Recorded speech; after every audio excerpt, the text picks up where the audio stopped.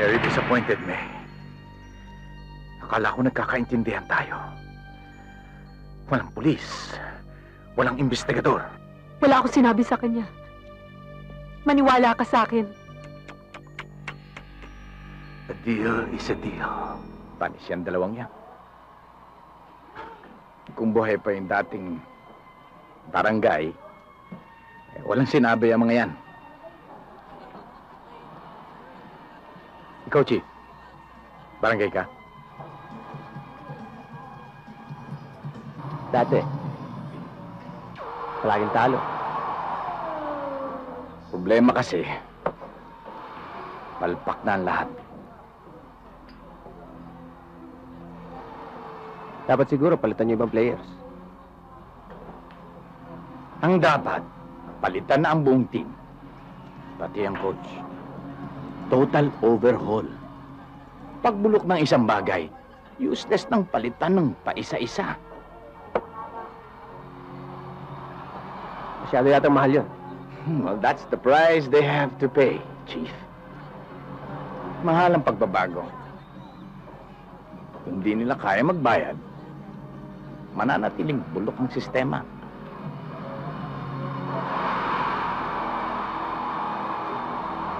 Panatiko ka pala.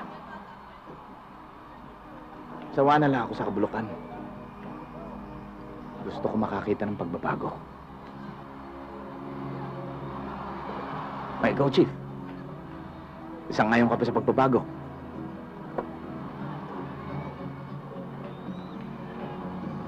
Depende. Depende saan? Depende sa paraan. Dapat dahan-dahan. Hindi dinadahan-dahan ng pagbabago. Kailangan biglaan. Parang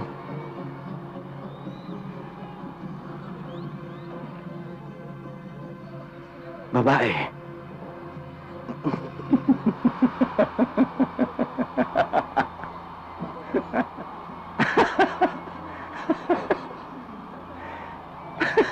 Babae.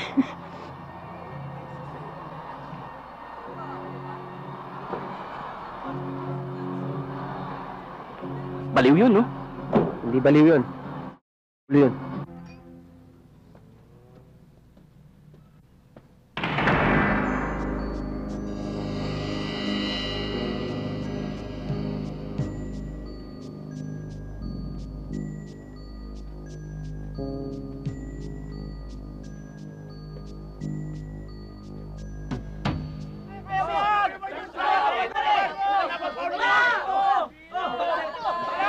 Ito ang clinic namin.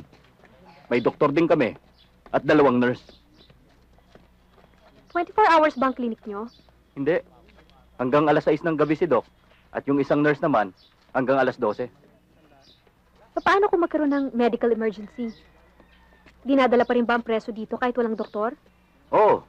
2 gwardiyan sumasama sa pasyente. At may gamot din kami rito. At kung talagang grabe, dinadala namin sa bayan. Doon sa ospital. Mahigpit pala talaga dito sa inyo, no? Sa 5 taon ba naman itong security complex? Bah, ni isa walang nakatakas dito. Talagang magaling magpalakad si General Banyares. Pwede ko ba ma-interview si Carlos Alejo? Oo, bakit hindi? Ikaw pa. Aleo, may dalaw ka. Si Mrs. Vergara. Anak ni Direktor. Yan si Alejo.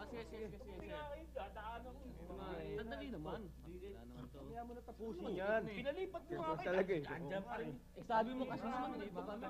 Walang, wala kayong, ano yung pag-iisip kayo? Ang bira. Pagkor nga ng yosi nyo kailangan. Basta, ayusin mo yan. Hindi nagsasalita yan. Abogado lang kinakausap niya. Magsasayang ka lang ng oras. Buti pa. Lasit eh. Kosa oh. Oh, pare, ikaw in charge dyan sa paghugas. Oo, ako lang bahala riyan. Tara lang. Tapos ka na ba kumain? Excuse po. O kayo. Sir, yosi muna. Mr. Alejo? Kumusta ho ang buhay niyo dito sa bilangguan? Ano hong masasabi ninyo sa mga nangyayaring bombings ngayon? At ano ho sa tingin ninyo ang motibo ng bomber?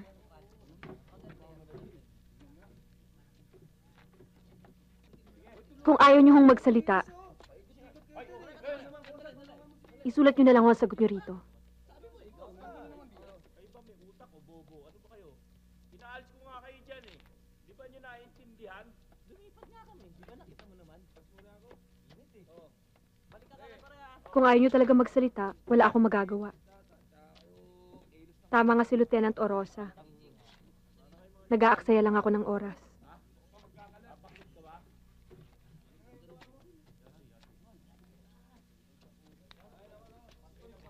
Sige ho.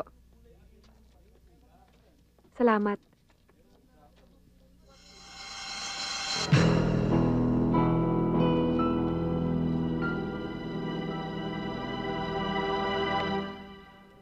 Ano ho yun, sir?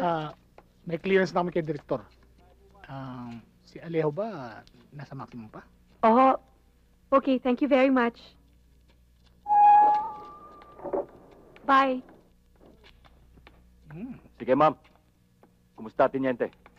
Sargento Magno. Sino yun? Anak ni Direktor. Nag-i-interview. Kay Alejo para sa kolumn niya sa dyaryo. Bakit? Journalist siya eh. Bakit si Alejo ini-interview niya, hindi yung ibang preso? Akala ko ba nasa maximum security si Alejo? Eh, ikaw ba naman maging anak ng Direktor? Eh ako, anak ako ng presidente, hindi niyo alam. Ako anak ng Direktor ng pelikula. There is no way that Carlos Alejo is involved in the bombing. This is a maximum security prison, SPO4 Verona. Or are you saying na labas-pasok siya rito? Hindi naman sir eh. Sa amin hindi kami sigurado kung meron siyang alam o wala sa pangyayari. Gusto lang namin malaman kung meron siyang lead sa identity ng bomber. Sige, pasasamahan ko kayo kay Lieutenant Torosa. Sige po, General. Maraming salamat po.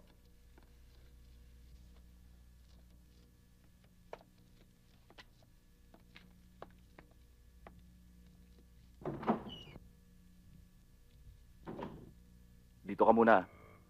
O paano? Kung may kailangan kayo, nasa labas lang ako Iwan ko muna kayo. Salamat ha. Anong kinalaman mo sa sunod-sunod na pagsabog sa labas? Pareho estilo niya ng pagkakabli. Sino siya?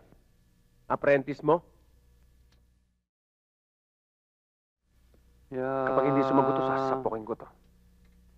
Ang mapikon dyan talo, dehin sa...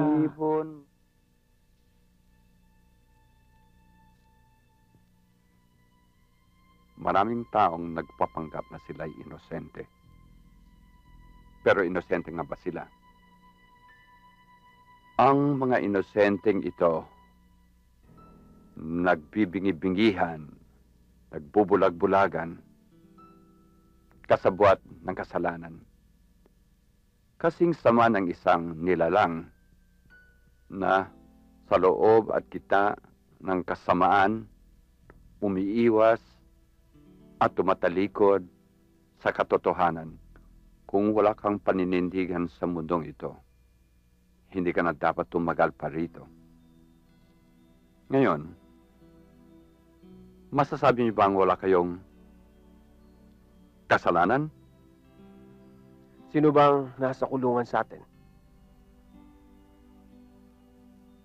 May isang tao, kilala natin lahat, tumating sa mundong ito. Siya ay nagpakasakit, nagbuwis ng buhay, nagbuhos ng dugo upang linisin ang kasalanan ng lahat. Yung may sala at mga inosenteng tulad nyo. Lahat tayo ay nakinabang sa dugo ng taong ito.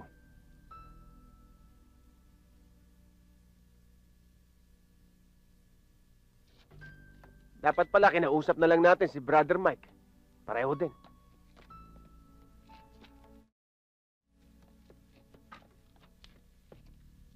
Tights. Wala tayong makikita dyan. Ano yan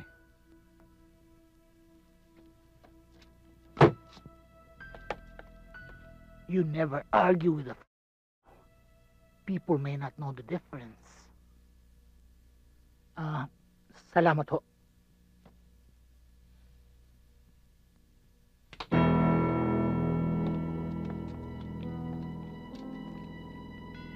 That's why I ignored you.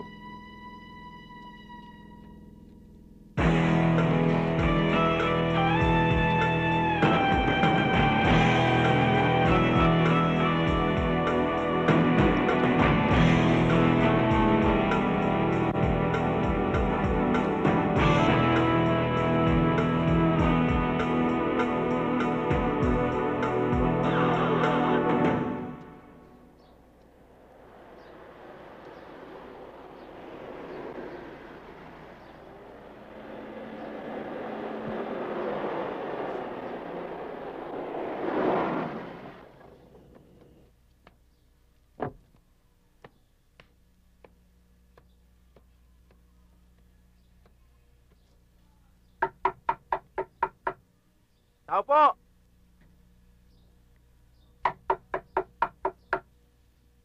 Tao po!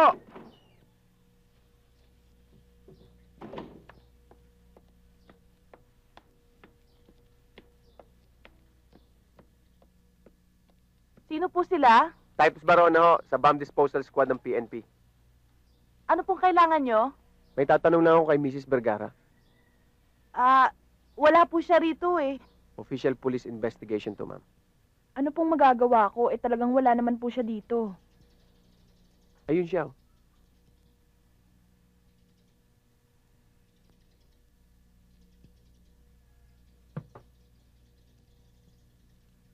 May asawa ka na pala.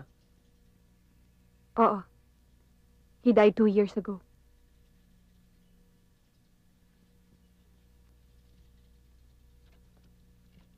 Ang cute ng anak mo, ah.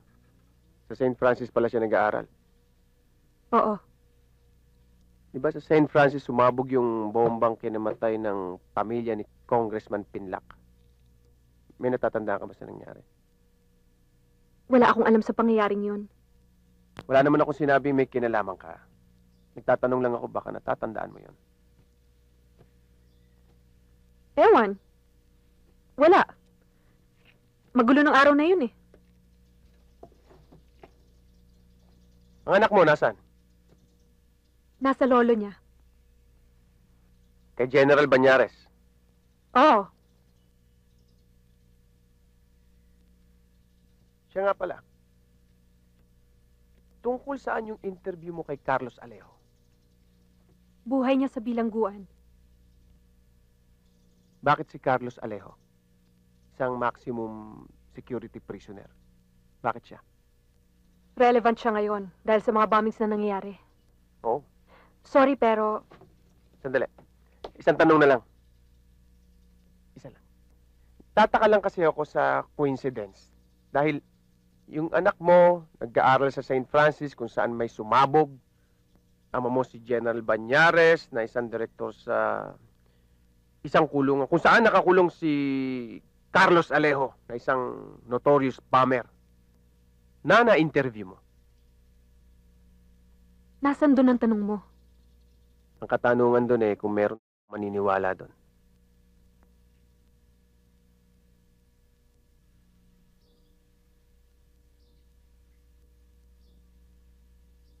Talaga palang napakaganda mo. Wala ka na bang sasabihin sa akin? May paglilingkod pa ba ako sa'yo, sir? Ma'am, marami ka may paglilingkod sa akin. Kaya lang, sa tingin ko hindi mo may bibigay sa akin. At may mga girlfriends ako. Mga selos ayun. Next time.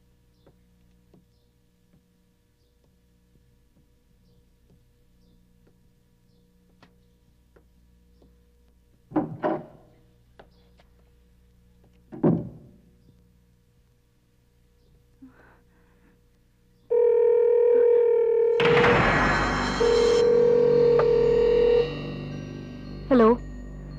I'm very disappointed, May. Akala ko nagkakaintindihan tayo. Walang pulis. Walang investigador. Wala akong sinabi sa kanya. Maniwala ka sa akin. A deal is a deal. Hello? Hello? Hello?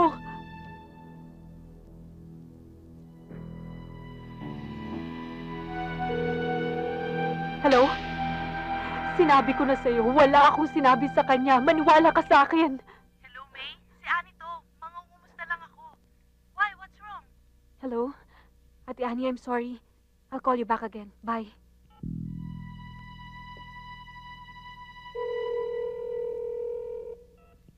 Hello?